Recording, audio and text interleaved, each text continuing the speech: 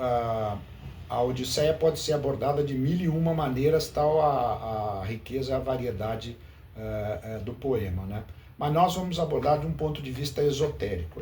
Eu hesito um pouco em usar esse adjetivo, porque aqui no Ocidente cristão ele não tem exatamente o mesmo entendimento que o Guénon, o Chuon e a escola da filosofia perene tem com relação a esse termo, porque para a filosofia perene, ou especificamente para o Guénon e o Chuon, toda a tradição, toda a civilização tem essas duas dimensões, né? A dimensão exotérica, que é a dimensão social, legal, moral, e a dimensão esotérica, que é a dimensão mística, contemplativa, interior. Mas no caso do cristianismo, a coisa complica, porque o cristianismo não tem a mesma estrutura de outras religiões, em que essas duas dimensões, a exotérica e a esotérica, estão claramente separadas, tem uma fronteira nítida. Por exemplo, no caso do Islã, é o melhor exemplo para dar, porque o Islã então tem a religião comum, que é a religião exotérica, que é a religião da... Boa tarde, Alcimar, estamos começando. Boa tarde. Viu, Alcimar, eu estou só dizendo aqui que a Odisseia pode ser abordada de mil e uma maneiras, ponto de vista moral, ponto de vista histórico, ponto de vista militar, ponto de vista antropológico, poético, literário, mas nós vamos tratar aqui da Odisseia do ponto de vista esotérico. E eu estava dizendo aqui que às vezes eu hesito um pouco em usar esse termo, porque o termo esotérico no Ocidente cristão em particular, não tem o mesmo significado que o Guénon e o Chuon e a escola da filosofia perene deram para o termo, dão para o termo, né? Então, por exemplo, na civilização islâmica, essas duas dimensões, a esotérica e a exotérica, estão claramente separadas, existe uma fronteira clara entre eles. Então, no caso do Islã exotérico, é o Islã da lei, né? É o Islã da Sharia, é o Islã das 5 preces diárias, da peregrinação à Meca. E o Islã esotérico é o Islã do sufismo. O sufismo tem as mesmas doutrinas básicas do Islã, que é a sua religião mãe, mas tem uma série de práticas espirituais que a maioria dos muçulmanos nem sonha que existe. No caso do cristianismo, a coisa complica, porque o cristianismo ele não nasceu como uma religião, né? Ele nasceu quase como um caminho místico dentro do judaísmo, mas já com o potencial de se tornar uma religião mundial. Então, o Marco Palles explica isso muito bem num ensaio chamado O Véu do Templo, que está nesse livro aqui, né, que tem em português Cristianismo e Filosofia Perene, que foi publicado aqui no Brasil pela Ibrasa. E lá o Marco Palles diz o seguinte, que quando o Cristo expirou na cruz, o véu do templo, do grande templo, né, do templo de Salomão em Jerusalém, se partiu em dois, simbolizando que no caso do cristianismo, a separação que existe entre o altar e a nave do templo foi extinguida, ou seja, a separação completa que existe entre o esoterismo e o exoterismo, a separação deixou de existir. Então, por exemplo, tem autores que dizem o seguinte, por exemplo, a comunhão, né, ou mesmo o batismo, são ritos esotéricos, ou seja, são ritos iniciáticos, mas todos os cristãos têm acesso a esses ritos. Então, tem autores que dizem, bom, então a comunhão é um rito originalmente esotérico ou iniciático, porque demanda uma iniciação. A iniciação é o batismo e o crisma, no caso do cristianismo, que teria 2 iniciações, né? Só que a comunhão é um rito esotérico para os esoteristas e é um rito exotérico para os exoteristas, porque tem muita gente que participa da comunhão não como um rito de união com a divindade, participar do corpo e do sangue da divindade, né, como é a interpretação esotérica, mas apenas como um rito social, né, um rito de agregação social, né? Então, o cristianismo tem funde, né, essas 2 dimensões. As 2 dimensões é mais complicado ainda, porque as 2 dimensões, a esotérica e a exotérica, existem em toda parte e continuam existindo também no cristianismo. Mas só que a fronteira entre essas duas dimensões é uma fronteira que está mais ou menos borrada, o que não acontece no caso do Islã, e eu acredito que também não aconteça, apesar de eu não ser especialista na área, também no mundo judaico, porque no mundo judaico também tem a lei mosaica, né, que se aplica a todos os judeus religiosos, e a Cabala, que seria o esoterismo judaico, né, e poucos judeus que têm acesso a Cabala, né, que é o esoterismo judaico. No caso do cristianismo não tem isso, mesmo as ordens monásticas, elas não são propriamente esotéricas, né? Elas são abertas a toda pessoa que tem fé. Já houve no cristianismo algumas ordens esotéricas, como por exemplo os Fedeli d'Amore. Os Fedeli d'Amore, o Dante Alighieri era um dos líderes dos Fedeli d'Amore, e o Guénon escreveu inclusive um livro sobre isso.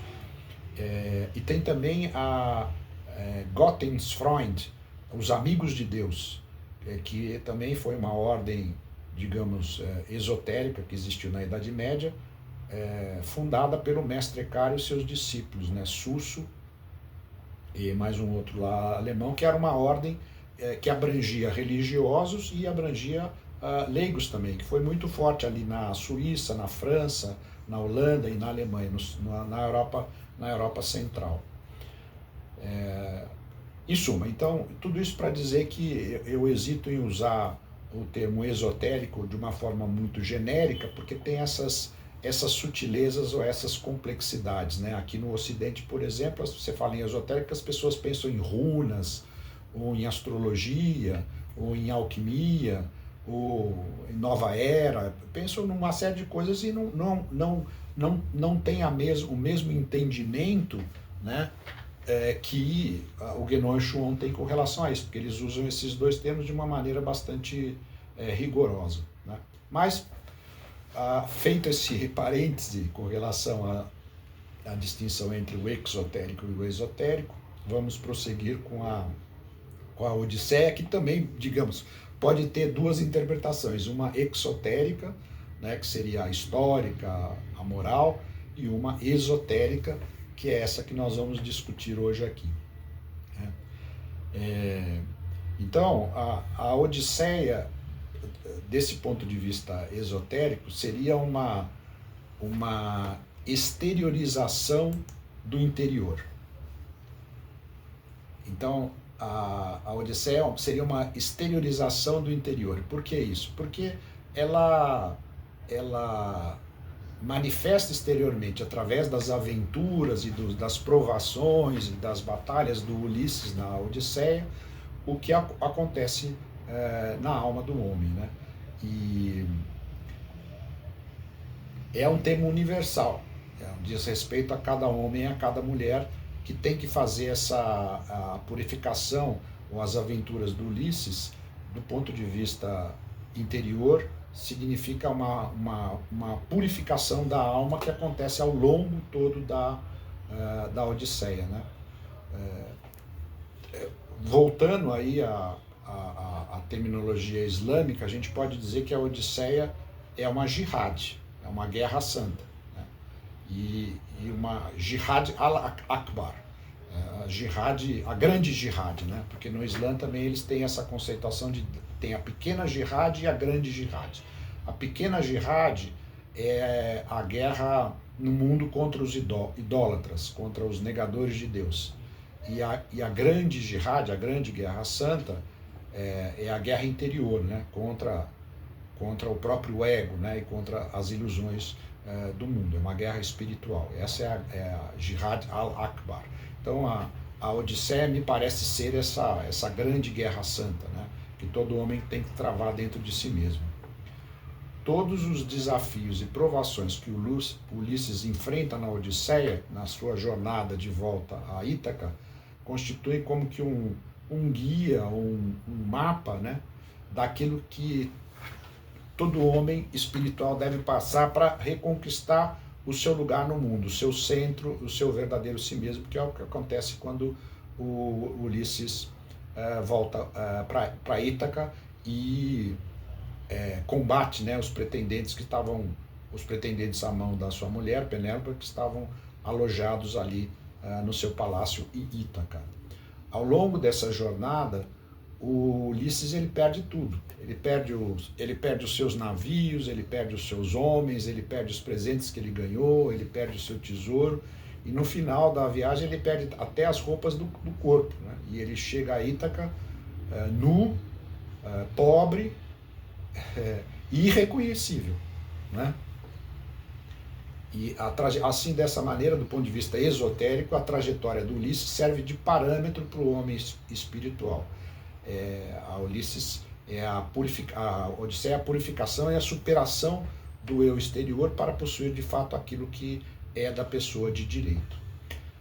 A título de exemplo, para concretizar um pouco mais essa nossa ideia, vamos tentar dar aqui, depois eu vou falar de outros episódios, uma interpretação esotérica de alguns dos episódios, dos principais episódios que tem na Odisseia, né? Então já que falamos aqui do massacre dos pretendentes, né, que acontece depois que o Ulisses volta ao seu palácio em Ítaca, a interpretação que poderia ser dada é o seguinte: os pretendentes, né, arrogantes e presunçosos e violentos que estavam ocupando o palácio de Ulisses em busca de desposar a mulher dele, não simbolizam outra coisa do ponto de vista esotérico que as paixões que há na alma de cada homem, né? E essas paixões buscam, assim como os pretendentes, tomar conta da alma, assim como os pretendentes buscavam tomar conta do palácio ou do reino de Ítaca, as paixões que há na nossa alma buscam tomar conta dela, né? E Ulisses, então, despojado da falsa grandeza do ego, depois de 10 anos, né, de peregrinações até voltar para casa, e tendo se tornado pobre e como que um estranho no mundo, e estranho até na sua própria casa, porque ele não foi reconhecido, Ulisses vê sem ilusões essas paixões pelo que elas realmente são. E aí ele decide lutar contra elas até a morte. Então a luta contra os pretendentes dentro do seu palácio é a luta que todo homem espiritual deve fazer contra as próprias paixões que há na alma de todos nós, e que a maioria nem reconhece, né?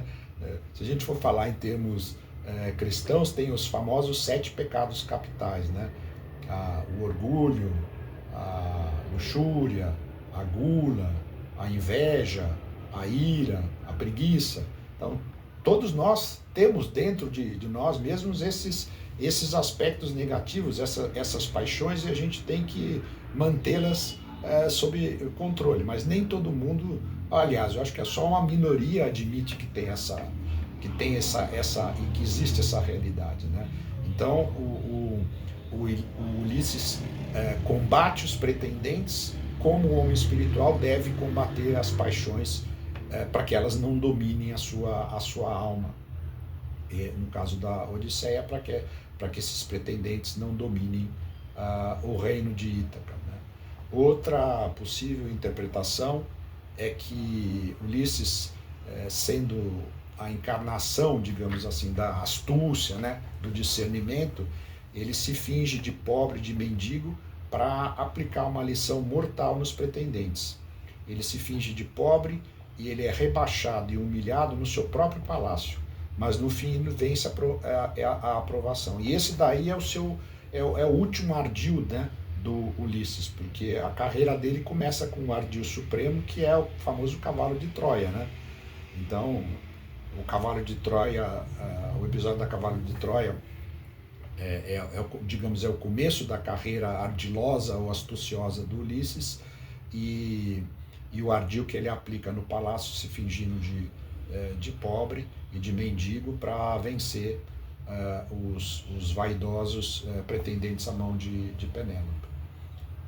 É por isso, e aí eu vou, ao longo dessa apresentação, eu vou citar o pouco que eu encontrei, né, dos autores perennialistas sobre esse tema. Então, eu encontrei alguma coisa no Guénon, no Chuon e no Titus Burckhardt. O mais explícito que eu encontrei foi no Titus Burckhardt, que tem um ensaio no livro dele que chama Símbolos, e também foi publicado numa antologia que o Dr. Stoddard organizou, que chama Mirror of the Intellect, o espelho do intelecto. Esse não tem em português, tem em espanhol e tem em inglês, deve ter em francês também. E lá ele tem esse ensaio que chama O Retorno de Ulisses, que é muito interessante, que trata diretamente da Odisseia. Então, o Burckhardt diz lá que é por isso que se encontra na mitologia e no folclore de muitos povos o tema do herói que volta ao seu próprio reino sob a aparência de um estrangeiro pobre ou de um mendigo e que depois de muitas provações reconquista o que lhe pertence legitimamente e que usurpadores ameaçavam lhe tirar. Isso o Burckhardt no Retorno de Ulisses. Quanto ao Guénon, ele diz lá na Autoridade Espiritual e Poder Temporal que o Ocimar, que é do IRGET, Instituto René Guénon de Estudos Tradicionais, publicou em português no Brasil, se não me engano, depois o Ocimar me corrige se eu estiver errado, tradução do Luiz Pontual. Ele publicou esse livro Autoridade Espiritual e Poder Temporal, que é interessantíssimo, do Guénon, né? O Ananda Coomaraswamy tem um livro chamado Autoridade Espiritual e Poder Temporal no sistema indiano. Ele aplica esses mesmos princípios à situação da Índia, né? Obrigado, Ocimar. Mas o Guénon se atém à questão dos princípios mesmo. Então, isso é autoridade espiritual e poder temporal. É o altar e a espada, né? Então, o Guénon diz lá na Autoridade Espiritual e Poder Temporal que os poemas de Homero não são mera literatura. Os poemas em geral, são a cristalização de mistérios e conhecimentos esotéricos. A cristalização de mistérios e conhecimentos esotéricos. Isso segundo o Guénon. Guénon diz ainda que as viagens de Ulisses são exemplos do símbolo universal da navegação, que representa a travessia humana pelas paixões e pelo mundo sutil, rumo ao si divino imanente, que está no fundo da alma do homem. Então, tudo isso aqui é Guénon. Então, os poemas Homero não são literatura, são a cristalização de mistérios e conhecimentos esotéricos, e as viagens de Ulisses são exemplos do símbolo universal da navegação, que representa a travessia humana pelas paixões e pelo mundo sutil, rumo ao si divino imanente que está no fundo da alma do homem. Guénon diz também que a guerra exterior é uma desordem destinada a compensar outra desordem. E essa desordem anterior é a desordem interior, é a desordem espiritual. Então, a guerra exterior, como aquela que a gente vê na Odisseia, é uma desordem destinada a compensar outra desordem, esta de caráter interior, né, ou espiritual. Tá?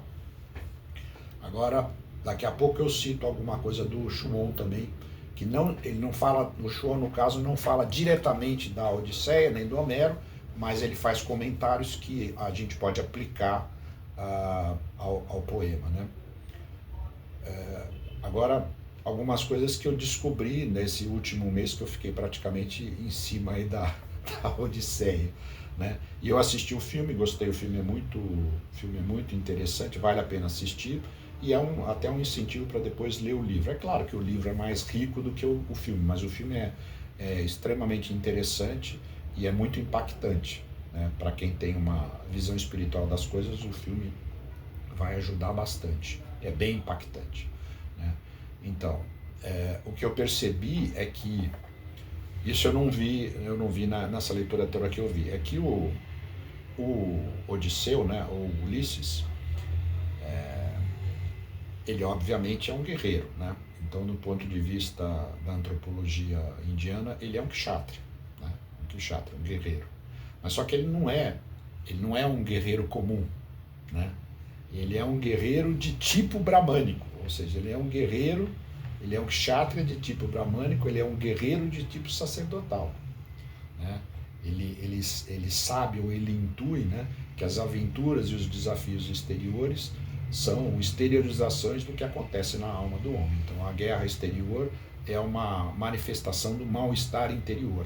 E aí, comentário que a gente pode fazer contemporâneo é, por exemplo, esse energúmeno, né, que está na presidência dos Estados Unidos. Ele foi eleito dizendo para os eleitores americanos que ele iria encerrar as guerras que já existiam e que não ia começar mais nenhuma. Esse daí é um que não conhece nada do que vai na alma dele, né? Porque ele falou que a guerra da Ucrânia, ele iria, se ele fosse presidente, ou quando ele fosse presidente, ele iria encerrar a guerra da Ucrânia em 24 horas. Pois é, a guerra da Ucrânia está aí há mais de 4 anos, e 1 ano e meio depois que ele assumiu. E que ele iria acabar a guerra em Gaza também. Ele não apenas não acabou com a guerra em Gaza, como expandiu, né, a guerra para o Líbano, para a Síria e agora para o Irã. Né? Então, quer dizer, nesse caso, o que o Guénon diz tem todo o cabimento, né? Que a guerra exterior é uma manifestação de um mal-estar interior, né?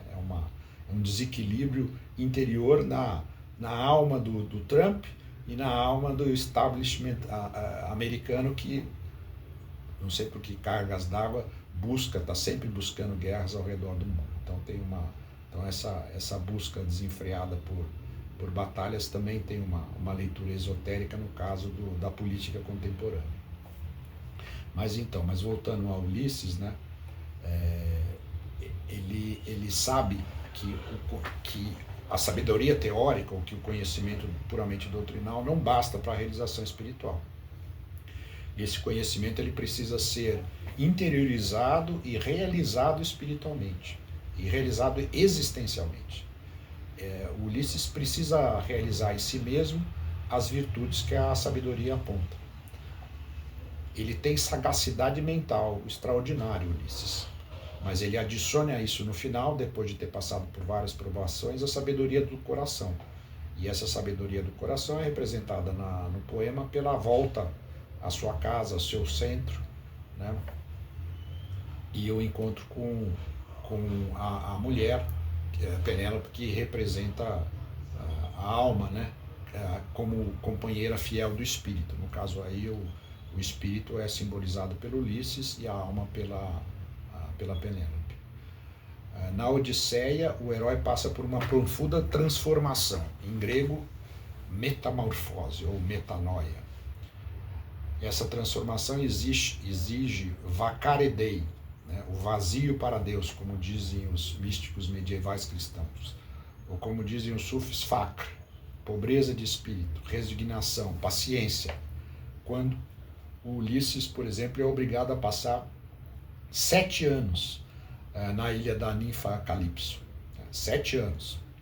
E lá, Ulisses, quer dizer, desses 10 anos, então a guerra de Troia durou 10 anos até que eles inventaram o cavalo e conseguiram penetrar os muros de Troia e vencer Troia. Depois desses 10 anos da guerra de Troia, Ulisses passou mais 10 anos nessa sua peregrinação até poder voltar para Ítaca. E desses 10 anos em peregrinação, 7 foram passados na ilha da ninfa Calipso. Lá Ulisses foi obrigado a praticar rigorosamente a paciência e a resignação, porque ele sabia que aquilo ali era uma decisão dos deuses, né? Não iria mudar, era uma decisão dos deuses que o obrigaram a passar 7 anos lá como forma de purificação, né? E além de resignação e paciência, vemos também desapego de si mesmo, né? Como quando Ulisses suporta a humilhação que lhe impõem os pretendentes já de volta ao palácio. Eles humilham, cospem nele, o tratam mal, querem expulsá-lo do palácio, etc. E na passagem dos pretendentes, ainda antes, né, do massacre, tem um momento lá interessante que Ulisses diz o seguinte: o melhor lugar para entender a realidade é debaixo. Primeira vez que eu tinha escutado, que eu tinha ouvido esse ensinamento, não tinha visto em lugar nenhum, porque normalmente nos dizem, né, que o melhor lugar para contemplar e analisar objetivamente a realidade é de cima. Claro, tem o simbolismo dos dois ângulos de visão, mas essa eu nunca tinha visto, que o melhor lugar para contemplar a realidade é de baixo. e ele sabia do que ele estava falando, né? Que ele estava colocando as lições da sabedoria da metafísica em prática, olhar a realidade de baixo, um ensinamento que vale para todos nós, né? E também no episódio do gigante de um olho só, né? Em que ele é preso na caverna com seus homens, na caverna do gigante. Quando o gigante pergunta para ele qual era o nome dele, ele fala: meu nome é Ninguém. É assim que eu sou conhecido, Ninguém. Que também é uma... Mas aí ele não estava realizado, porque depois que ele provocou o gigante, ele falou o nome dele, e aí o gigante ficou muito irritado e lançou uma maldição contra ele. Mas enquanto ele estava na caverna, o gigante lhe perguntou o nome e Ulisses respondeu: meu nome é Ninguém. Né? Então, todo caminho espiritual requer sacrifício, dom de si, despojamento do ego comum, para que o objetivo de retornar para nós mesmos seja alcançado. Né? O Cristo mesmo não disse: o reino dos céus está dentro de vós? Então, é um ensinamento que vale para Ulisses também. Né? Ele reencontra o reino dos céus quando ele volta para casa, quando ele volta para si mesmo, né? E quando ele reencontra a mulher, que é o símbolo da alma. Um outro aspecto muito interessante desse assunto que nós estamos vendo agora, depois de eu citar o Chuon, já citei o Burckhardt, já citei o Guénon, tenho mais algumas coisas do Guénon para citar, vou citar o Chuon agora, daqui a pouco, aí a gente faz uma interrupção e aí vocês fazem os comentários e colocam as questões, né? Que eu tenho certeza que o Ricardo, o Zé Paulo, o Simar, o Alexandre Anacela tem questões importantes para colocar. Mas vou citar primeiro o Chuon e depois a gente abre para o debate propriamente dito. Né? Então, um outro aspecto interessante da Odisseia, que também não vi nas leituras que eu fiz, é o seguinte: do ponto de vista espiritual, a epopeia do Ulisses se aparenta ao caminho do conhecimento, gnose ou jnana, né, em termos indianos, e não ao caminho das obras, karma, ou ao caminho da devoção, bhakti. Mas por que isso? Porque, diferentemente de um herói devoto ou bhakta, Ulisses usa de muitos expedientes astuciosos e engenhosos, ardis, amorais em alguns casos, que fogem totalmente ao padrão devocional, começando com a malandragem do cavalo de Troia, né? Então, e isso daí levou o Ulisses a ser colocado, foi colocado no inferno pelo Dante, né? O Dante tem uma certa admiração pelo Ulisses, ele confessa uma certa admiração pelo Ulisses na Divina Comédia, mas de todo modo ele coloca lá o Ulisses no oitavo círculo infernal como um enganador, um trapaceiro, um astucioso que usa a sua capacidade de convencimento para fazer as pessoas fazerem o que ele quer, né? Deixa eu achar aqui o que o Dante diz exatamente. Então, tem no canto 26, no canto 26, versículo 118 do Inferno, do Dante, né, a Divina Comédia, o Dante coloca na boca do Ulisses, quando ele e o Virgílio encontram com o Ulisses no oitavo círculo do Inferno, a seguinte frase: considerate la vostra semenza, fati non foste a viver come bruti, ma perseguire virtude e conoscenza. Considera a sua linhagem, considera a sua semente. Vós não fostes feitos para viver como brutos, mas para seguir a virtude e o conhecimento. Isso é o Ulisses falando pro Dante e pro Virgílio no oitavo círculo do inferno. Quer dizer, é uma frase belíssima, né, que mostra uma certa ambiguidade do Dante, mesmo tendo colocado o Ulisses como trapaceiro. Aliás, esse oitavo círculo infernal, na Divina Comédia, é o dos conselheiros fraudulentos, aqueles que dão conselhos para oferir benefício próprio, né? Então, e olha que o Dante não foi um religioso convencional, né? Ele foi um dos líderes de uma ordem esotérica católica, os Fedeli d'Amore, né? Ele dá mostras em vários outros textos que ele escreveu de um conhecimento, de uma inteligência superior, mas com alguns atenuantes. Primeiro, na época do Dante, pelo que eu pude estudar, a Odisseia do Homero não era conhecida na integralidade, só fragmentos da Odisseia do Homero que estavam disponíveis para o Dante, né? E depois tem a questão também do exclusivismo religioso. Por mais sábio que o Dante tenha sido, o mundo dele estava fechado no catolicismo, né? Não existia nem Lutero ainda nessa época, bem anterior.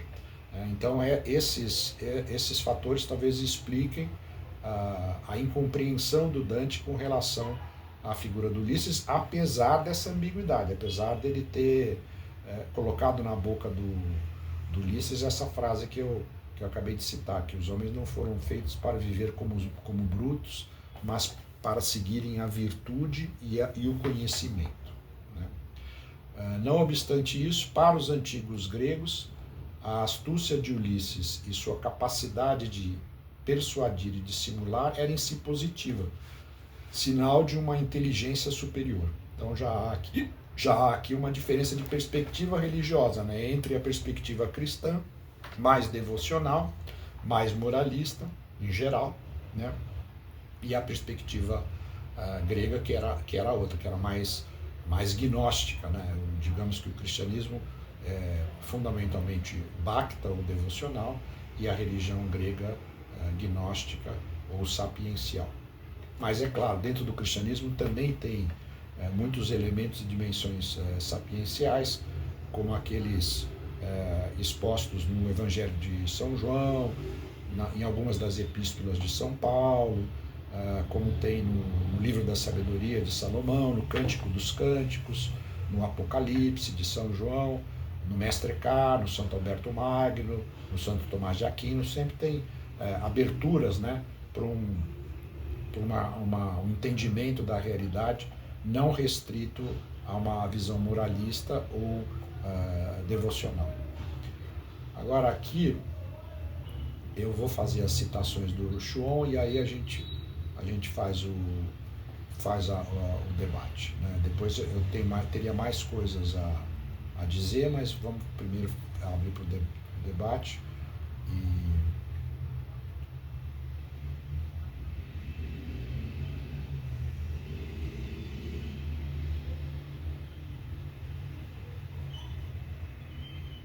Então, na Odisseia, às provações exteriores correspondem provas interiores, que o contemplativo deve vencer e superar. As sereias da Odisseia, por exemplo, o que elas representam? O canto das sereias, um canto hipnotizante, um canto sedutor, corresponde às seduções do mundo que o homem espiritual deve confrontar. Seriam as belezas, os prazeres e maravilhamentos de que o mundo é pródigo. Contudo, como Ulisses não segue uma via das boas ações, karma, nem da devoção, bhakti, mas sim a via do conhecimento, né, jnana ou gnose, para Ulisses, os encantos do mundo derivam em última instância da fonte divina. Eles vêm de Deus. As belezas e os prazeres que o homem encontra nesse mundo vêm também de Deus. Não é só o sacrifício, a dificuldade e o sofrimento que leva a Deus. A beleza e o prazer também pode levar, de uma maneira mais complexa, mais sutil, mas também, né? Então, como Ulisses não segue a via das boas obras, nem é uma via devocional, para ele esses encantos do mundo derivam em última instância de Deus mesmo. E se tais prazeres, por um lado, ocultam ou negam o divino, por outro lado, eles revelam e manifestam o divino também. E é por isso que Ulisses quer experimentá-los, mas ele quer experimentá-los sem se perder, sem se extraviar. E é o que a gente vê com muita clareza no episódio das sereias, né? Os marinheiros do Ulisses, digamos, são os religiosos, os fiéis convencionais. Então, eles têm que colocar cera de ovelha no ouvido para não escutar o canto das sereias, porque se eles escutassem o canto das sereias, eles se volveriam loucos ou se atirariam ao mar. O Ulisses quer ter essa experiência celestial, mas sem se perder. Então o que ele faz? Ele pede para, aconselhado pela feiticeira Circe, depois vamos voltar a esse episódio também, aconselhado pela feiticeira Circe, o Ulisses se faz amarrar no mastro do seu navio, e o mastro um símbolo de verticalidade, né? E lá ele escuta o divino canto das sereias. E ele atinge um estágio de desfrute supremo, mas ele está amarrado, ele não vai se perder, ele não vai se atirar no mar, mas ele quer ter essa experiência, né? Então as belezas e os prazeres do mundo são vistos como adversidades, né? Pelos monges, ou pelos ascetas, ou pelos religiosos convencionais, mas são vistos como uma oportunidade de crescimento espiritual, de realizar as belezas que Deus nos transmite através dos prazeres das belezas que há nesse mundo. Um parêntese, né? Hoje em dia se fala muito de Tantra, né?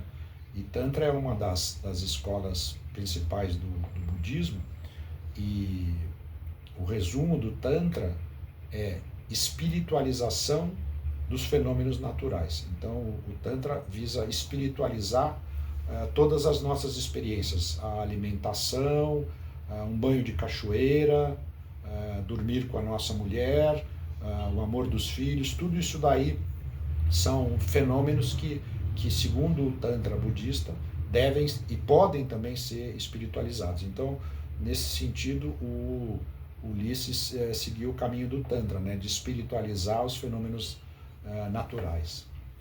E agora eu faço as citações do Chuon, que não estão diretamente vinculados à Odisseia, a Homero, mas estão vinculadas a essa questão do Ulisses querer experimentar, né, os prazeres e as belezas do mundo, mas sem se perder, enquanto que o asceta simplesmente se recusaria a ter essas experiências prazerosas, porque ele segue um outro caminho, né? O caminho da beleza e do prazer não é o caminho dele, e vai desviá-lo do seu trajeto, né? Então, diz o Chuon lá nesse livro de cartas, né, que chama Rumo ao Essencial, Cartas de Guiamento Espiritual, o Chuon diz lá: a causa da queda do homem está no fato de separar todos os dados naturais de sua fonte divina, de vivê-los separadamente de Deus e de atribuir glória e desfrute a si mesmo. O pecado de Adão não foi um ato exterior determinado, foi fundamentalmente um fato de ser, de pensar, de querer, agir e gozar separado de Deus. Acerca da ideia da concupiscência, o Chuon diz: a concupiscência não é nem o desejo de desfrute em si mesmo, nem o desfrute nele mesmo. Só um segundinho que está vindo um som aqui da sala.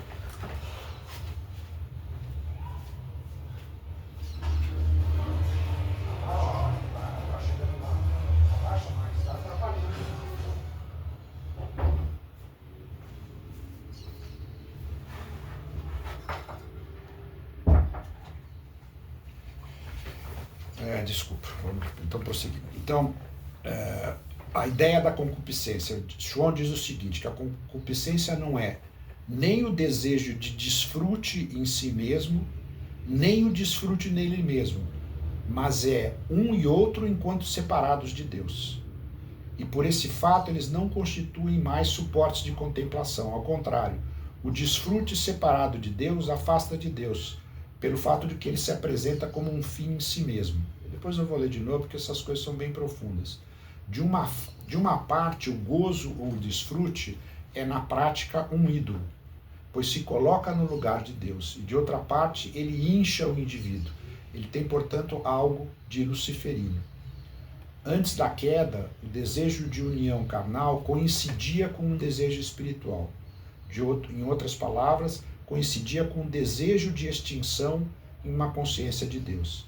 Esse ponto de vista primordial é sempre acessível em princípio sobre a base de certa santidade esotérica, como provam os casos de Maomé, Salomão, Davi e Krishna. É perfeitamente falso afirmar que o pecado original seria a defloração da mulher virgem. O pecado original é unicamente um desfrute separado de Deus. Portanto, o desejo de viver a realidade cósmica nela mesma e sem Deus. A copulação primordial foi uma prece e não um pecado. Eu vou ler de novo porque são ensinamentos bem profundos, né? Então, isso tudo relacionado ao desejo do Ulisses de viver as belezas e os prazeres do mundo, porque o caminho espiritual dele permitia isso, né? Não é para todo mundo, é para quem tem a vocação para absorver, né, essas belezas e prazeres e sem se perder, como foi o caso dos Marias do Ulisses, que tiveram que tapar os ouvidos para não se perderem. No caso do Ulisses, ele foi astucioso o suficiente para escutar o canto das sereias, mas amarrado no mastro do navio. A causa da queda do homem está no fato de separar todos os dados naturais de sua fonte divina, de viver esses fatos naturais separadamente de Deus e atribuir a glória e o desfrute a si mesmo. O pecado de Adão não foi um ato exterior determinado, foi fundamentalmente o fato de ser, de pensar, de agir e de gozar separado de Deus. Quanto à ideia da concupiscência, ela não é nem o desejo de gozo em si mesmo, nem o gozo nele mesmo, nem o desejo de gozo, nem o gozo, mas é um e outro enquanto separados de Deus. Eles assim não constituem mais suportes de contemplação.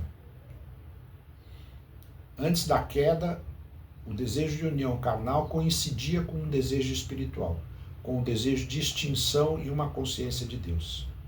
E esse ponto de vista é sempre acessível em princípio sobre a base de uma certa santidade esotérica. Por exemplo, por que ele está falando de santidade esotérica? Porque, por exemplo, Davi e Salomão tiveram centenas de esposas e nem por isso deixaram de ter os seus livros incluídos no cânone da Bíblia, e alguns dos livros mais importantes da Bíblia foram escritos por esses homens sábios e profetas que tiveram centenas de mulheres. Se nós adotarmos um ponto de vista moralista, excluiríamos da Bíblia os livros de Salomão e de Davi, os Salmos, o Cântico dos Cânticos, o Livro da Sabedoria, os Provérbios, o Eclesiastes, porque foram feitos por homens pervertidos ou libertinos que tinham centenas de esposas. Mas isso é outra época, né? Salomão e Davi viveram cerca de 1000 anos antes do Cristo, né? Viveram 3000 anos atrás, mais ou menos na mesma época que o Homero compôs a Odisseia. Mas, depois de feitas essas citações do Schuon, do Guénon e do Titus Burckhardt, eu paro por aqui e abro para as perguntas e os comentários de vocês. Fiquem à vontade aí. Se alguém quiser falar, o Alexandre é o primeiro. Eu vou apagar aqui. Pode falar, Alexandre. Oi, Matheus. Eu fiquei com uma dúvida sobre essa questão do Ulisses, dessa via espiritual do Ulisses. Como que ela, vamos dizer assim, como conciliar isso com a natureza dele, como você descreveu, como um kshatriya, né? Se ele é um guerreiro, não seria pela ação essa via espiritual dele, ao invés dessa não contemplação, né, mas ele vivenciar as belezas, as maravilhas do mundo, né, como no caso do Canto das Sereias? Não seria na guerra, né, na ação? Eu fiquei com uma dúvida, assim, como conciliar. Talvez eu esteja confundindo coisas que são diferentes, por isso que eu queria ir um pouco nessa dúvida.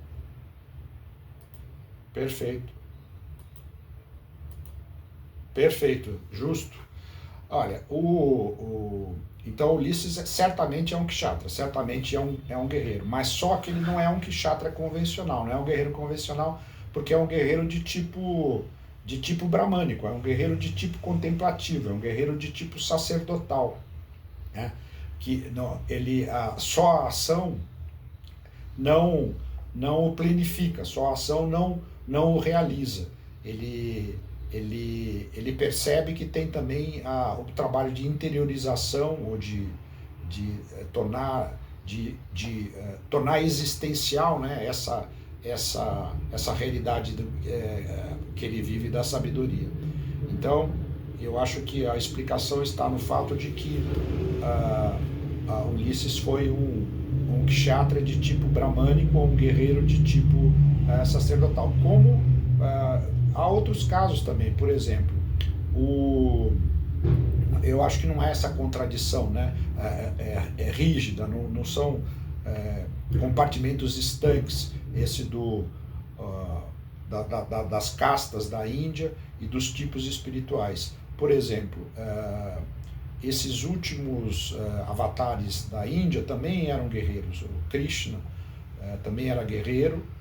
O próprio Buda era um kshatriya, certo? Ele era filho de um rei indiano, morava num palácio e veio com uma das religiões mais contemplativas que há na face da Terra, o budismo. Então, o Buda também foi um guerreiro de tipo contemplativo. Depois ele abandonou, né? Ele rejeitou, inclusive, a doutrina das castas do hinduísmo, que era a religião original dele. O Maomé também, era um mercador, né? Ele não seria nem um kshatriya, o Maomé seria um vaishya, né? Seria um vaishya, talvez de origem nobre, era um vaishya, mas o Maomé foi o cabeça, a origem de duas correntes aliadas e ao mesmo tempo antagonistas, que são o Islã da lei islâmica e o Islã do sufismo, né? Todas essas duas correntes vêm do Maomé, que originalmente foi um mercador, mas um mercador também de tipo contemplativo. Então, essas categorizações não são rigidamente separadas. E a explicação que eu daria para a questão que você colocou é essa, ou seja, que o Ulisses foi um guerreiro, mas um guerreiro de tipo contemplativo, um guerreiro de tipo sacerdotal. Acho que é isso daí que explicaria essa possível contradição. Beleza, obrigado. Deu para entender, então? Sim, perfeitamente. Eu achei até interessante você mencionar do Buda e do Maomé, né, que, principalmente o Buda, né, que como um kshatriya, achei curioso. Originalmente o Buda era um kshatriya, né? Era um príncipe, né? Um príncipe indiano. Mas depois ele rejeitou os Vedas, ele rejeitou as castas, e é por isso que, por exemplo, o Genon no começo não reconhecia no budismo uma tradição ortodoxa. Uma das razões pelas quais o Genon no começo não reconheceu o budismo como uma tradição ortodoxa é justamente isso, o fato do Buda ter rejeitado elementos fundamentais, né, da tradição hindu, como o sistema de castas e os Vedas.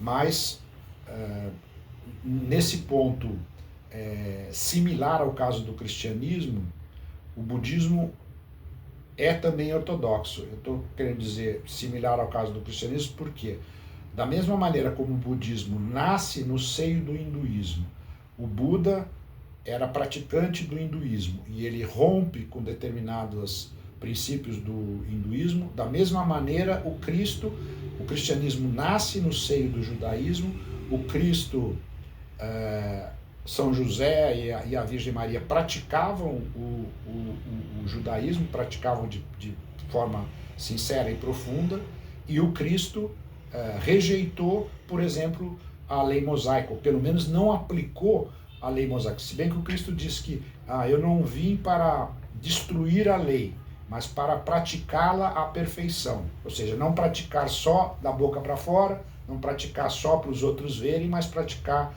sinceramente de coração. Então, existe essa compatibilidade, essa similaridade entre o budismo e o cristianismo, que são duas tradições profundamente diferentes, né?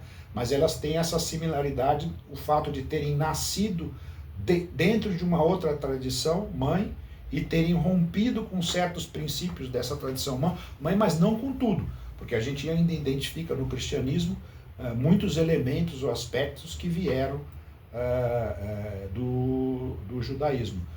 Mesmo, agora, a diferença é que os hindus têm uma sutileza espiritual muito maior do que os judeus, apesar dos judeus, é claro, terem a sua grandeza e o seu mérito, mas o que é interessante é que, apesar do Buda ter rejeitado o sistema de castas, ter rejeitado os Vedas, os hindus aceitam o Buda como avatara, como um dos 10 avataras de Vishnu, como uma das 10 encarnações de Deus. Os hindus, mesmo o Buda tendo rejeitado, o Buda tendo deixado o escopo do hinduísmo, os hindus ainda reconhecem no Buda santidade e mesmo profecia, e o Buda é um dos avatares de Deus. No caso do judaísmo, os judeus rejeitaram o Cristo e não reconhecem qualquer dignidade no Cristo e na Virgem, né? Então tem essa diferença. Os hindus aceitam o Buda, não a doutrina do Buda, que o Buda rejeitou certos elementos fundamentais do hinduísmo, não aceitam isso daí, é claro, mas aceitam o homem ou o Buda como um profeta, enquanto que os judeus não tem nenhum tipo de aceitação. Quer dizer, os judeus, o sistema judaico, né? Porque judeus em individual, há muitos que abraçaram o cristianismo até como um aprofundamento do judaísmo. E a Igreja Católica, a Igreja Ortodoxa, tem muitos santos que são de origem judaica. Por exemplo, Santa Teresa de Ávila, parece que o avô dela era judeu, cristão novo, né? Judeu convertido. Então, há muitos casos de judeus que individualmente, né, se converteram ao cristianismo, mas o sistema judaico não tem nenhuma escola judaica que aceita o Cristo como um profeta legítimo e ortodoxo. Mas acho que já fui longe demais aqui na minha divagação. Agora... Mas, aliás, surgiu uma outra dúvida sobre o cristianismo e o budismo, porque o cristianismo, como, vamos dizer assim, uma seita esotérica, há também o budismo tem essa correspondência também, ele tem essa dinâmica exotérica e esotérica, ou é como o cristianismo que não é tão definido assim? Não, o cristianismo tem essas duas dimensões. Eu acho que toda a tradição, toda a civilização tem a sua dimensão exotérica e a sua dimensão esotérica, a sua dimensão comum, legal, e a sua dimensão mística. Toda religião tem isso. No caso do budismo, também é similar ao cristianismo, porque essas duas dimensões estão mais fundidas do que separadas. Por exemplo, as pessoas têm tendência a achar que, por exemplo, o budismo Zen seria um budismo esotérico. Não é bem assim. É claro que o Zen tem mais elementos exigentes do que, por exemplo, a escola da Terra Pura, que é a escola budista mais popular no mundo e a mais difundida no Japão, na China, na Coreia, na Tailândia, nos países budistas em geral. O Zen não é puramente esotérico, é uma escola mais exigente do que as outras, mas não é puramente esotérica. A mesma coisa acontece, né, no caso do catolicismo.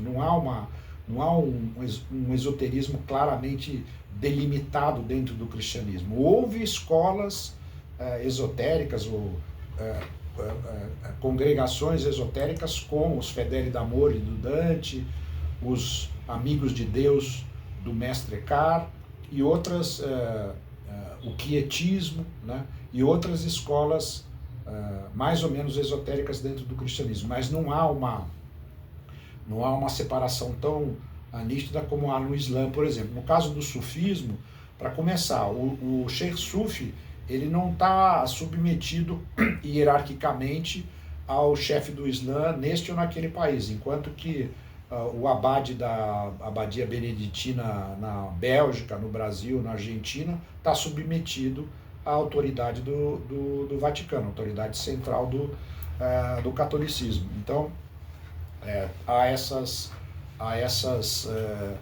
diferenças também, né? Então, no caso do cristianismo, há uma fusão entre o esotérico e o exotérico, né? No caso do budismo também, mas eu não conheço o budismo suficientemente para fazer uma avaliação mais detalhada dessa situação. Mas ele, nesse ponto, ele também tem uma estrutura similar ao do cristianismo, ou seja, é uma religião exoesotérica, né? Que funde essas duas dimensões, coisa que no judaísmo e no Islã essas duas dimensões estão separadas.